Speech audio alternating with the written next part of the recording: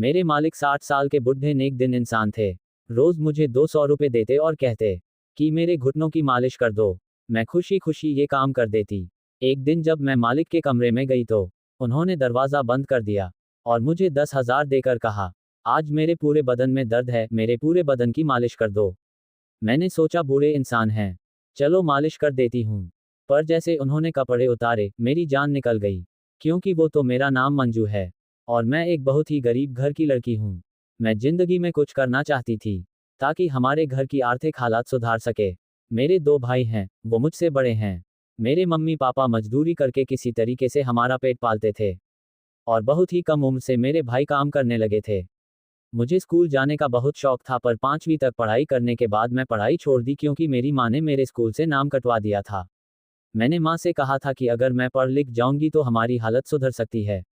पर मेरी माँ ने एक ना सुनी और 12 साल की उम्र में उन्होंने मुझे घर पर काम पर लगा दिया था। मैं जवान हो रही थी और मेरे मालिक के घर पर मेरे 60 साल के बूढ़े मालिक दीना राम अपने बेटे, बहू और पोते के साथ रहते थे। उनका पोता 14 साल का था।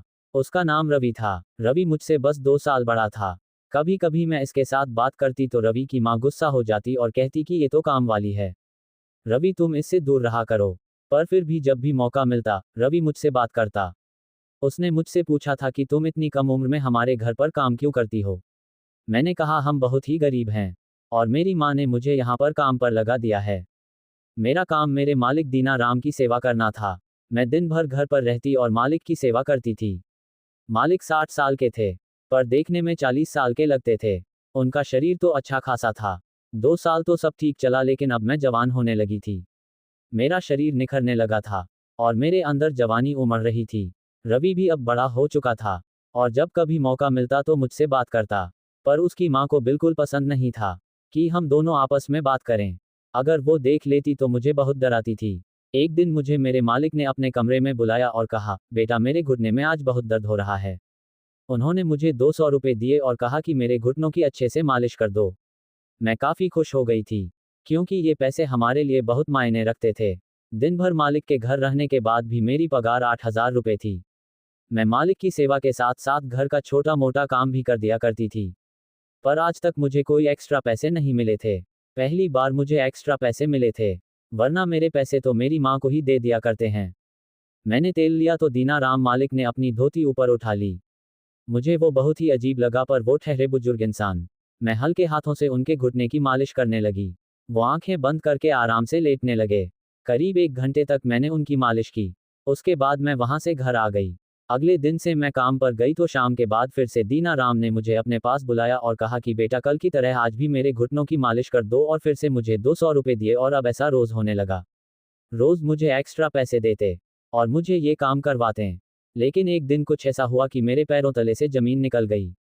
मैं डर के मारे थर थर कांपने लगी और मेरी जान निकल गई। मैंने जो देखा था मुझे अपनी आंखों पर यकीन नहीं आ रहा था। और उस वक्त मैं मात्र 15 साल की थी, तो मुझे समझ नहीं आ रहा था कि मैं क्या करूं। उस दिन मालिक ने मुझसे कहा था कि मेरे घुटनों और पैरों के अच्छे से पेश कर दो, पर जब उन्होंने धोती उठाई तो मेरी आंखें फटी की फटी रह गई। जब मालिक के घुटनों की मालिश कर रही थी तो मेरी नज़र एक ऐसी चीज पर पड़ गई। मैं अंदर ही अंदर काफी घबरा गई थी। आखिर उन्होंने ऐसी हरकत क्यों की? वो मुझसे चाहते क्या हैं? अब मेरे दिमाग सफर करने लगा। कोई भी इंसान सिर्फ घुटने की मालिश के लिए इतने पैसे क्यों देगा? जरूर उसमें उसका गलत मकसद छुपा हुआ है। दीना राम मेरी तरफ देखने लगा। शायद वो मेरा एक्सप्रेशन नोट कर रहा था। उस वक्त मैं बहुत ज्यादा घबरा गई थी। मन कर रहा था कि यहाँ से अभी के अभी भाग जाऊं। पर मजबूरी में उस दिन मैंने उसकी घुटनों और पैर की मालिश की। लेकिन उन्होंने अपनी धोती जिस तरह से उठाई थी, मुझे बहुत ही गंदा लग रहा था और वो अजीब गरीब आवाज करते रहे। किसी तरीके से 1 घंटे काटने के बाद मैं पसीने पसीने हो गई थी और दौड़ते हुए अपने घर चली गई। मैंने अपनी माँ से कहा कि माँ मैं अब ये काम नहीं करना चाहती। मैं रोने लगी थी। मेरी माँ ने कहा इस घर में रहना है तो सबको काम करना पड़ेगा। ऐसा नहीं था कि हम बहुत गरीब थे, क्योंकि हम 5 लोग काम करते थे और हमारे घर पर टीवी, फ्रिज सब कुछ था। हमें नीचे जमीन पर नहीं सोना पड़ता था, क्योंकि हम पांचों की कमाई को जोड़कर हमारा घर अच्छे से चल जाता था। फिर भी मेरी माँ और पापा के लालच खत्म नहीं होते थे। मैं उन्हें बता नहीं पाई कि आज मेरे साथ हुआ, और अब मैं इस बात से डरने लगी थी कि मेरे साथ कुछ गलत ना हो। अगले 2 दिन काम के बहाने घर से निकली तो थी, पर मैं काम पर नहीं गई। और मैं इधर उधर काम ढूंढने लगी थी। मुझे जो भी काम मिल जाएगा मैं कर लूंगी, पर मैं दीना राम के पास कभी नहीं जाऊंगी। लेकिन अचानक ही रास्ते में मुझे रवि मिल गया और वो मुझसे पूछने लगा कि तुम 2 दिनों से काम पर क्यों नहीं आई। मैं पिछले 2 साल से रवि को जानती थी और इससे अपना अच्छा दोस्त मानती हूँ। मैंने कहा, रवि मैं अब वह काम नहीं करना चाहती, मैं दूसरा काम की तलाश कर रही हूँ।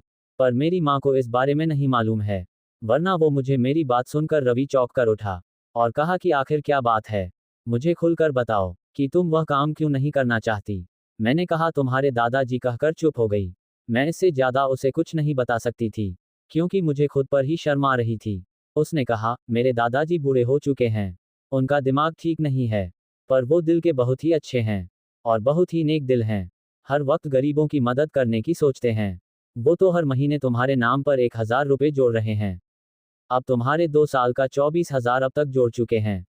जब तुम्हारी शादी होगी तो इस पैसों से वो तुम्हारी मदद करेंगे कि वे थोड़े से कम ख्याली हैं। अगर उनसे कोई गलती हो गई हो तो तुम उन पर ध्यान मत दिया करो और तुम कल से काम पर आ जाना। मैं घर वालों को कह दूंगा कि तुम्हारी तबीयत ठीक नहीं थी, इसलिए तुम नहीं आई। अब मैं सोच में पड़ गई थी। हो सकता है कि मैं ही ज्यादा सोच रही हूँ। शायद दीनाराम कच्छा पहनना भूल गए होंगे। बेचारे 50 साल के बूढ़े भले ही जवान दिखते हैं, उन्हें ध्यान ही नहीं रहा होगा और मुझे अपनी पोती जैसी ही समझते होंगे बेचारे। मेरी शादी का पैसे भी जोड़ रहे हैं और मैं भी इतनी पागल हूं कि उनके बारे में क्या क्या सोच लिया।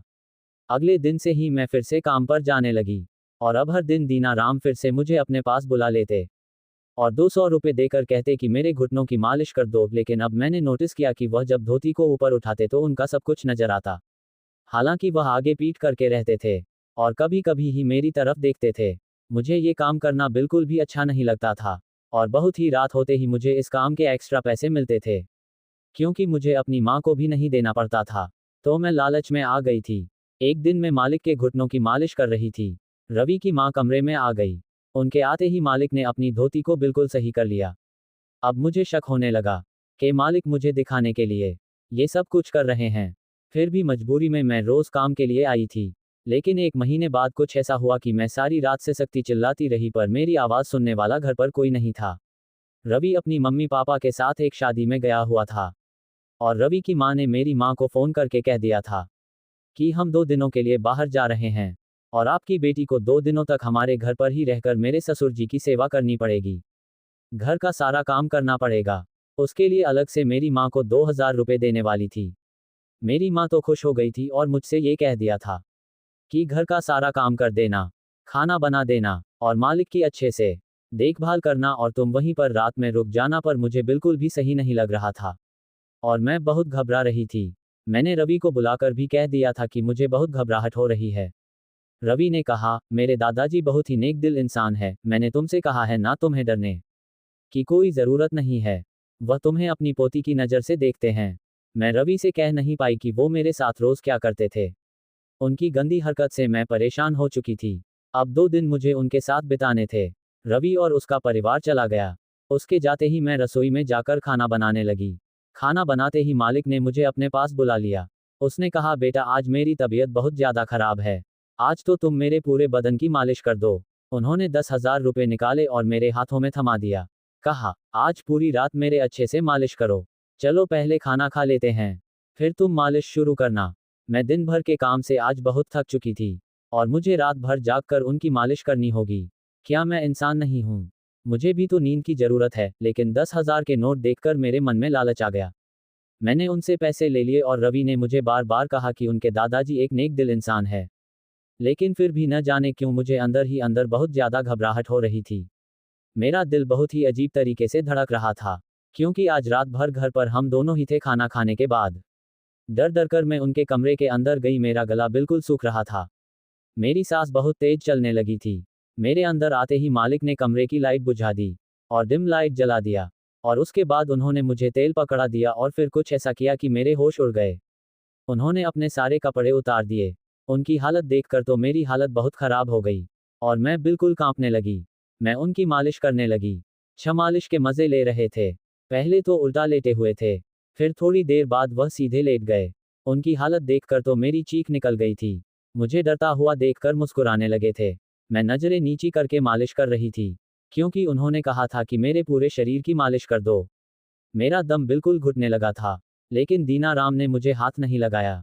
उसने मेरे साथ कुछ भी गलत हरकत नहीं की। करीब 2 घंटे मालिश के बाद उन्होंने कहा तुम जाकर सो जाओ। मैं उनके कमरे से बाहर आई लेकिन मुझे अजीब सा होने लगा था।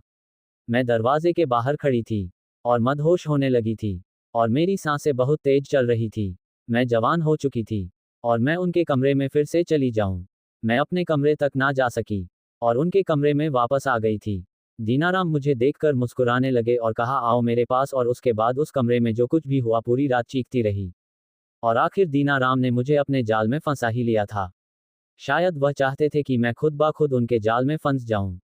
वो तो बस दाना डाल रहे थे और 2 दिनों तक बस यही होता रहा। उसके बाद उन्होंने कहा जाओ अपने घर जाकर 2-3 दिन आराम कर लेना। रवि और उसका परिवार वापस आ गया, पर मेरी हालत बहुत खराब हो चुकी थी। मुझसे ठीक से चला नहीं जा रहा था और घर जाकर मुझे बुखार आ गया था। ये मुझसे क्या भूल हो गई थी। जब मेरी माँ ने मेरी हालत बुरी देखी तो उन्हें शक हो गया और वो मुझसे पूछने लगी। तो मैं रोने लगी थी और उन्हें सब कुछ बता दिया। वे अपना सीना पीटने लगी और बार बार यही कहने लगी कि ये क्या कर दिया मैंने अपनी बेटी के साथ, लेकिन उसके बाद मेरी माँ ने जो किया मैं कभी भूल नहीं सकती। वो सीधा मालिक के पास चली गई और कहने लगी कि वह सारी दुनिया को बता देगी कि उसने मेरी बेटी के साथ क्या किया है। मालिक बहुत डर गए थे, क्योंकि मैं नाबालिग थी और वह बुरी तरीके से फंस जाते, और उन्होंने वादा किया कि वह मेरी शादी रवि के साथ करवा देंगे। मालिक ने मुझे स्कूल में भर्ती करवा दिया। अब मैं फिर स्कूल जाने लगी और वापस से पढ़ाई करने लगी, और जब मैं 19 साल की हुई तो उन्होंने मेरी शादी रवि के साथ करवा दी। मेरी जिंदगी काफ़ी सुधर गई थी। जिस घर में मैं कभी नौकरानी थी वहाँ की मैं मालिक बन गई थी। मेरी शादी के 2 साल के अंदर रवि के दादाजी की मौत हो गई। मुझे पता चला कि उसके दादाजी को कैंसर था और वो ज़्यादा दिन ये मेहमान नहीं थे। शायद इसी वजह से उन्होंने मेरे साथ रिश्ता बनाया था। मौत से पहले एक बार फिर जीना चाहते थे। उन्होंने मेरे नाम पर ढेर सारी संपत्ति कर दी थी। मैंने रवि को कभी नहीं बताया था कि मेरे और उनके दादाजी के बीच में क्या हुआ था, क्योंकि रवि अपने दादाजी को एक अच्छे इंसान समझते थे और मैं ये सब कुछ बता करके उन्हें दुख नहीं पहुंचाना चाहती थी। पर मेरी जिंदगी के वो दिन मैं कभी नहीं भूल सकती, और जब भी मुझे वो दिन याद आते हैं तो मुझे शर्मिंदगी महसूस होती है। दोस्तों, इस कहानी से ये सीख मिलती है कि कभी लालच नहीं करना चाहिए। कभी कभी लालच हमारी पूरी जिंदगी के लिए पछतावा छोड़ जाता है। दोस्तों, ये थी आज की कहानी। अगर कहानी दिल से पसंद आए हो तो वीडियो को लाइक और चैनल को सब्सक्राइब जरूर करें, और इस कहानी को अपने दोस्तों के साथ शेयर जरूर करें। मिलते हैं ऐसे ही रोमांटिक और सस्पेंस भरी कहानी के साथ। Thanks for watching.